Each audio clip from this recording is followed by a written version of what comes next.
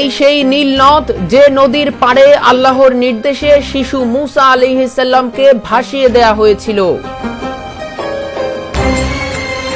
নীল নদের পাড়ের এই ভূমিগুলোতেই হযরত ইউসুফ আলাইহিস সালামকে আল্লাহ তাআলা রাজত্ব দান করেছিলেন।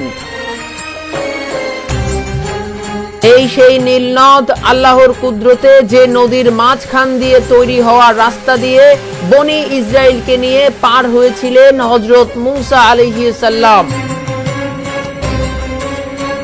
নীল নদের পাড়ে কয়েক হাজার বছর ধরে গড়ে ওঠা মানব সভ্যতার এই বিকাশ আজও বহমান।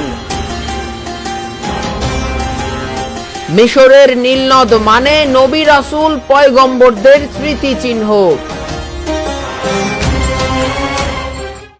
এই সেই নীল নদ যে নীল নদের পাড়ে এবং নীল নদের পানিতে হযরত মুসা আলাইহিস সালামকে ভাসিয়ে দেয়া হয়েছিল ফিরাউনের ভয়ে। আমরা জানি ফিরাউন তার এলাকায় যে সকল শিশুরা জন্মগ্রহণ করত, বিশেষ করে পুত্র সন্তান, তাদের সবাইকে সে কতল করত। কারণ ফিরাউন যাজকদের মাধ্যমে জানতে পেরেছিল যে মিশরে এমন এক শিশু জন্মগ্রহণ করবে যার জন্ম লাভের পর মিশরের যেই ফিরাউনের যেই রাজক্ষমতা তা একেবারে বিনষ্ট হতে থাকবে। তো বন্ধুরা, এই হচ্ছে সেই নীল নদ যা মিশরের অববাহিকা দিয়ে প্রবাহিত হয়েছে এবং নীল নদের দুই পারে কিন্তু যেই সভ্যতা গড়ে উঠেছে সেই সভ্যতা আজ থেকে প্রায় কয়েক হাজার বছর পূর্বেকার।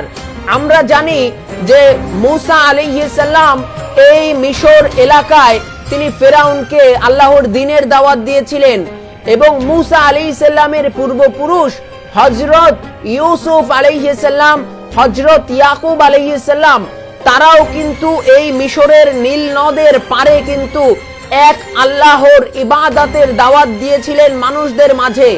শত শত বছর, হাজার হাজার বছর অতিক্রম হয়ে গেলেও এখনো পর্যন্ত কিন্তু এই নীল নদের পারে হযরত মুসা আলাইহিস সালাম, হযরত ইউসুফ আলাইহিস সালাম, হযরত ইয়াকুব আলাইহিস সালামের মতো পয়গম্বরদের যেই স্মৃতির শহর, সেই শহর কিন্তু এখনো আজও অমলিন রয়েছে। আজও কিন্তু এই শহরগুলো হযরত ইব্রাহিম আলাইহিস সালামের বংশধরদের অর্থাৎ হযরত ইয়াকুব আলাইহিস সালাম, হযরত ইউসুফ আলাইহিস সালাম তারা এই নগরে যে শাসন করে গিয়েছিলেন, এই সকল নগর প্রতিষ্ঠা করে গিয়েছিলেন, তার স্মৃতি কিন্তু এই শহরগুলো এখনো বইছে। বন্ধুরা, আমরা নীল নদ সম্পর্কে জানবো।